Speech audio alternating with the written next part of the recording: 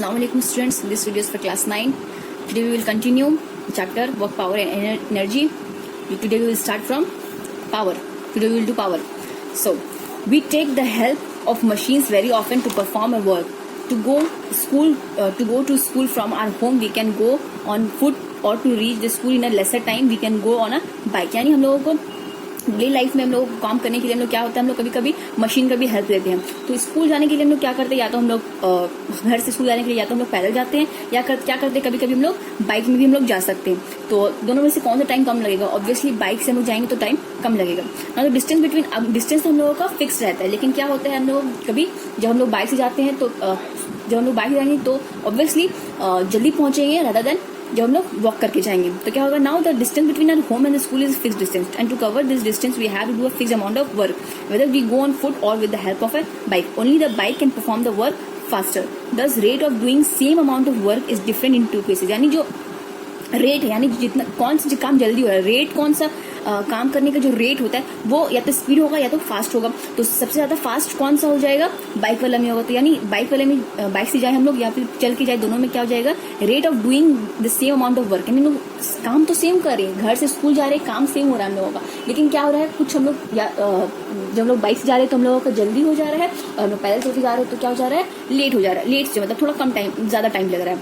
तो क्या हो जाएगा, तो रेट क्या हो जाएगा, डिफरेंट हो जा रहा है दोनों केसेस में. Here we introduce the word power of the agent to measure the speed of the work. तो यानी पावर किसको बोलते हैं, जो हम लोग वर्क डन की स्पीड को जब हम लोग मेजर करते हैं. पावर क्या एक्चुअली में वर्क डन की स्पीड को मेजर करता है. तो power of an agent is the rate at which it does work. यानी जिस रेट में वर्क डन हुआ है उसको क्या बोला जाता है, power. Rate of change of work done is called power. That is the power is the work done in unit time. Thus तो पावर का फॉर्मूला क्या हो जाएगा, work done by time. Work done by time, ये power का formula आप लोग याद रखिएगा. Same amount of work is done work done in less time by an agent means it has greater power. यानी जो कम टाइम में ज्यादा काम करता है उसको क्या हो जाएगा, पावर ज्यादा हो जाएगा.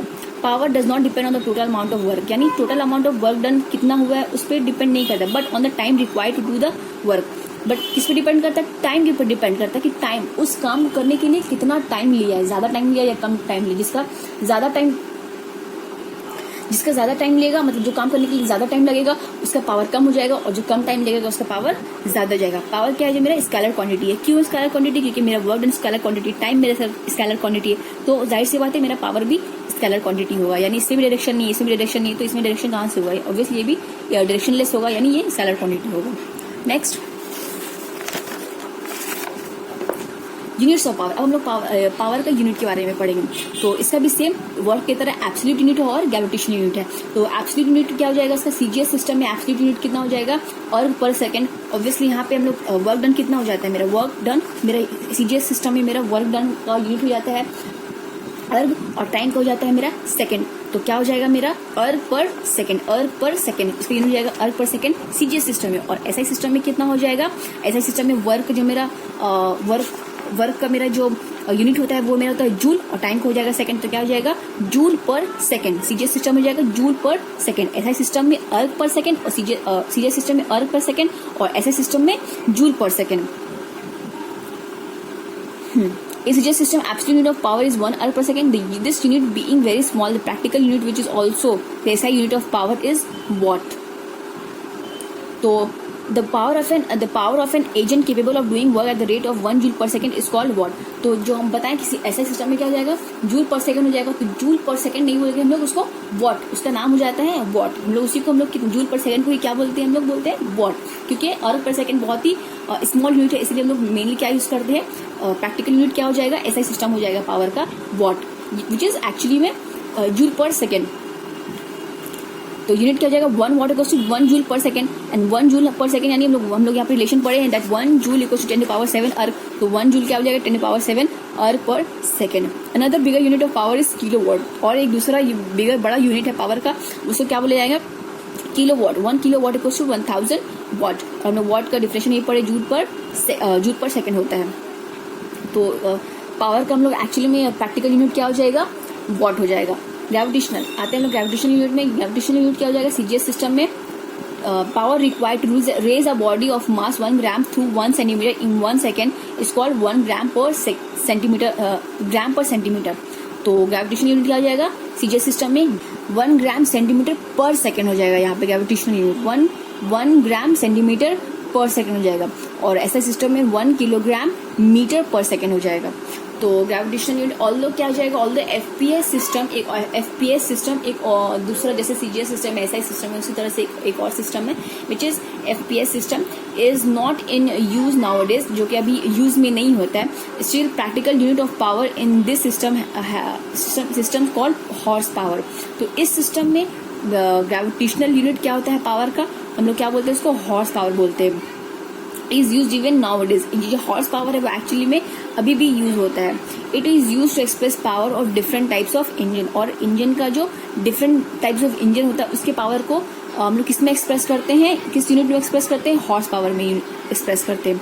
The power to work at the rate of 550 feet LB per second is called 1 horse power. तो ये हॉर्स पावर का दिया हुआ है relation 1 horse power equals to 746 watt. अब हम लोग कुछ न्यूमेरिकल्स देख लेते हैं। Example number 4, a machine does 1920 joule 1920 joule of work, यानी वर्क डन दिया हुआ है, इन टाइम दिया हुआ है। तो पावर का टाइम पावर हम लोग को निकालना है, तो पावर का फॉर्मूला क्या होता है, वर्क बाय टाइम होता है। वर्क पुट कर देंगे और टाइम पुट देंगे। यहाँ पे जूल है यानी एसआई सिस्टम में, और सेकंड भी एसआई सिस्टम में जाएगा। तो हम लोग को जो पावर का जो निकलेगा आंसर, उसको हम लोग किसमें एक्सप्रेस करेंगे, एसआई सिस्टम में एक्सप्रेस करेंगे उसके यूनिट को। तो क्या हो जाएगा, एसआई सिस्टम में पावर का हो जाएगा यूनिट वॉट, हम लोग अभी पढ़े हैं, तो उसका हो जाएगा 8। तो ये कट रिड्यूस करके 8 वॉट आंसर आ जाएगा। तो ये हो जाएगा आंसर।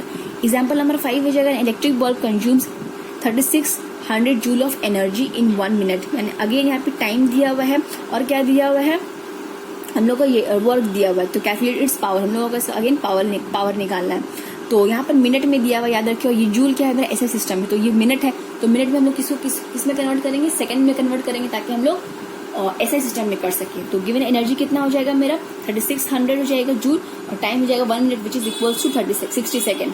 अब हम लोग पावर निकाल लेंगे। पावर कितना हो जाएगा मेरा, वर्क डन